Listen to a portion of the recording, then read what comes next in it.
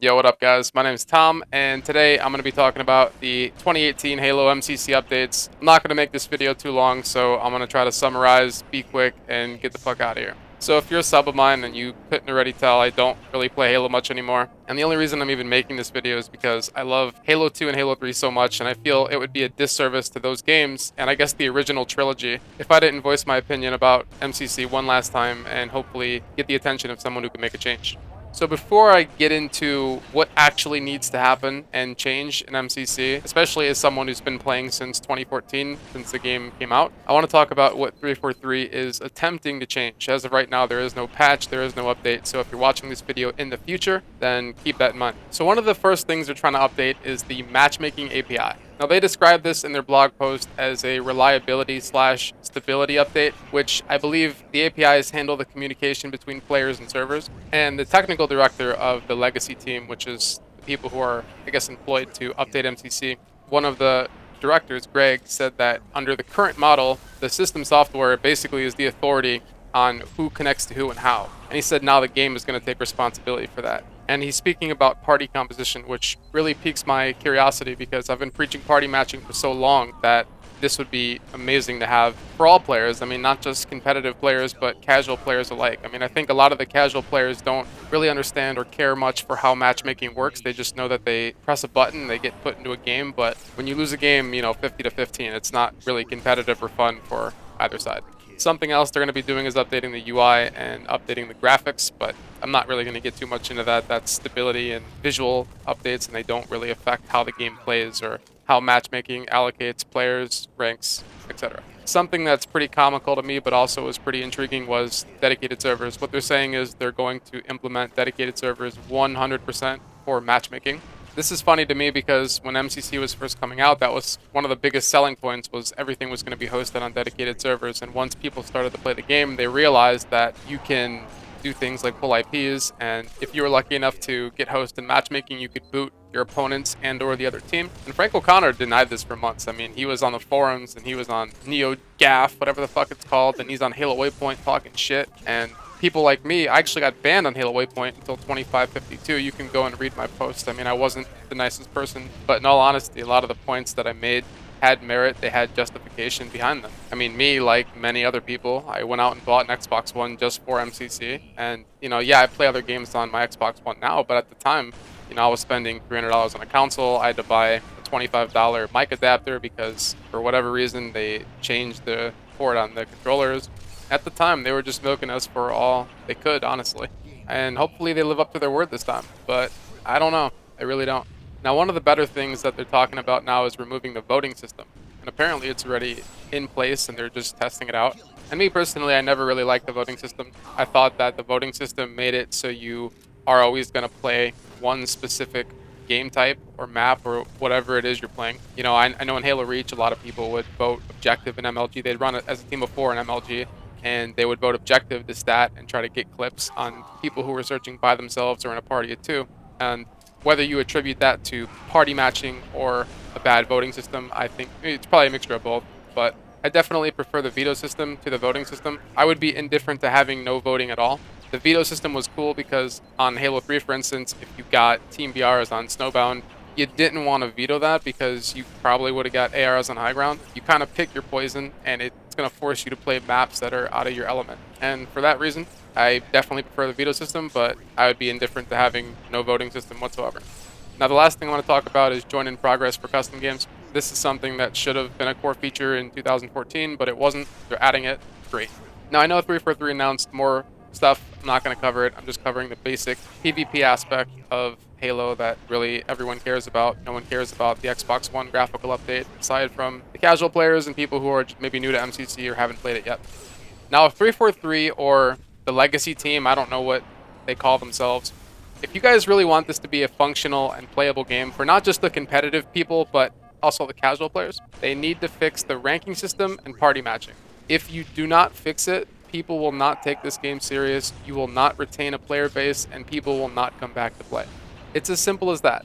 I've made a video on it. Feel free to go watch it. I'll have it linked in the description if you really want to get further into it, but that's pretty much it. Level 50s should not match level 1s. They shouldn't match level 10s. They shouldn't match level 20s. They should match level 40s, and you could even make it level 35s. I could see it. And also, in conjunction with that, parties of 3 and parties of 4 should not match people searching by themselves or in twos. That's another thing that's very simple. I don't understand what's so hard to comprehend or understand about it. The biggest argument against rank and party matching is there's simply not enough people to support those type of features. But I could also make the argument that whether they know it or not, people don't play the game because those features don't exist. What Halo is missing is the grind, the feeling of getting better. You have two types of people, two main types of people who play now. You have noobs and you have the ultra competitive sweaties who, sit there and they play for us. You're missing the meat, right? You have the buns, you just don't have the meat. That's the biggest problem with the Halo community. And that's why Halo 3 and Halo 2 were so fucking great, because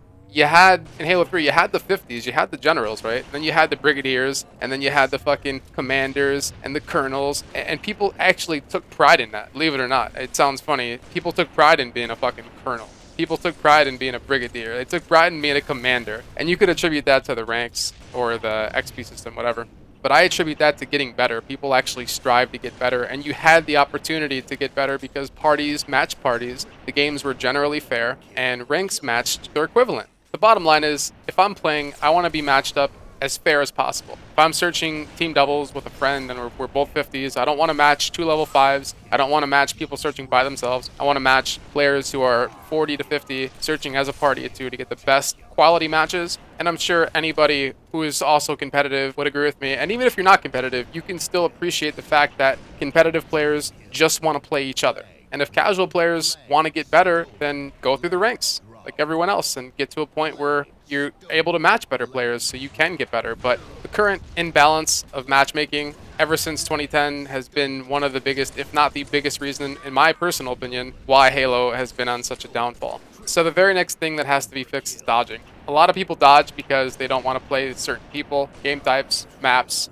games, you name it. You could implement dedicated servers and party matching, and you could make ranks match their equivalent, but if dodging is still implemented, basically, if you can dodge without being penalized, then you might as well not even fix the game, because outside of party and rank matching, that's one of the biggest issues. I mean, realistically, if you can dodge and you could essentially pick who and what you play, then ranks and parties and all that bullshit, it's not even relevant. Which leads me to my next point, and this is kind of a tricky one, but I want to talk about, I don't know if this would be the proper term, but I want to call it rank registration. So if you quit in a ranked playlist, I believe a quit counts as 3 losses. Don't quote me on that. I haven't tested it, but I think it's about 3. Now, conversely, if it goes black screen at all during the game, if you lag or something, or if someone quits out, especially in Halo 2, this is most prominent in Halo 2, if it goes black screen, you get the loss even if you win the game or you finish that game. And also, if someone dodges you in the pregame lobby, if they do it at the correct time and you get locked into a game, the game doesn't end, and obviously if you quit, you lose. So basically, you can trap somebody in a game for anywhere from 12 to 15 minutes. Unless you want to lose, then you have to stay in the game. So basically, people can dodge you and they could avoid matching you for anywhere from 12 to 15 minutes unless you quit straight away. Or you dodge with them. Like if you vote something and you know they're going to dodge, then you can dodge quickly to negate that game. But it's to that point. It's so bad that it's people are just dodging each other and there's no repercussions. There's no penalty whatsoever. So if you're serious about fixing the game, that's another thing that has to be fixed if you want to have a somewhat successful game. I know it's not going to ever be what it was or what it could have been, but you got to cross your T's and dot your I's. So the next thing that's equally as important would be host migration. Now, I know they're trying to make it so matchmaking has 100% guaranteed dedicated servers, but if you have that backup peer-to-peer system still in place and you're going to force players host, you need to have host migration, because as it stands right now, players can and do get host in Halo MCC matchmaking, and when they quit, the game ends, or if they quit their build, everyone's game crashes. And that's 100% attributed to the lack of host migration. I guarantee everyone watching this video, if you guys have played MCC, I guarantee you've played on a shit host. A host that was borderline unplayable, that you don't even know where the fuck they live. Like, that type of host. I guarantee you've played on at least one. It's not fun, and it's most definitely not fair, and there has to be some type of host migration system in place if MCC is going to utilize peer-to-peer backup connectivity. Another thing that really needs to happen is IP masking. IP masking is pretty self-explanatory, but if you don't know, it's just hiding or concealing your IP address from other players. DDoSing is incredibly easy, super affordable, and anybody can learn how to do it from a simple YouTube video. So if they want matchmaking to be as awesome as it possibly can be, IP masking is very important, and it's something that should happen. a couple final thoughts and suggestions would number one be to consolidate the playlist. I mean, you could start by merging playlists or just deleting playlists in general. Don't get me wrong, I love SWAT, I love Action Sack. Griffball was, well, I've never really been a fan of Griffball, but those playlists you can all put maybe in one playlist. Maybe you could merge Griffball with Action Sack. You could have Griffball come up in Action Sack. I mean, there's ways around it, but I just think right now there's a little too many playlists. While I'm on the topic of playlists, I also want to talk about the map and game type selection. I know I'm not speaking for everyone here, but when people play Halo 3, they don't want to play Last Resort, they don't want to play Cold Storage or Epilogue. And again, I'm aware that I'm being very petty right now, but I'm just saying I feel like having an updated map selection for each playlist, maybe the community could vote on it, or you can get the input of someone who actually played these games while they were relevant so they can give you an idea of what maps should be in what playlist.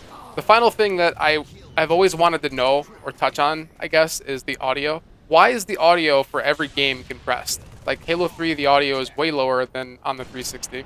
Halo 2, I don't know if it's the Halo 2 Vista audio or what the issue is, but I noticed that whenever there's a lot of action going on, when there's a lot of people shooting their BRs in a close proximity, especially near like a lift or a waterfall, like on Midship or Ivory Tower or Sank, the audio becomes very distorted. I never understood why. It actually ruined quite a few clips of mine. Not that I'm going to complain about that. I mean, really, like I said, hardly play anymore, but, you know, they would have been nice to have.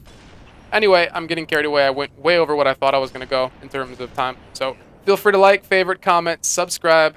Love you guys. Peace.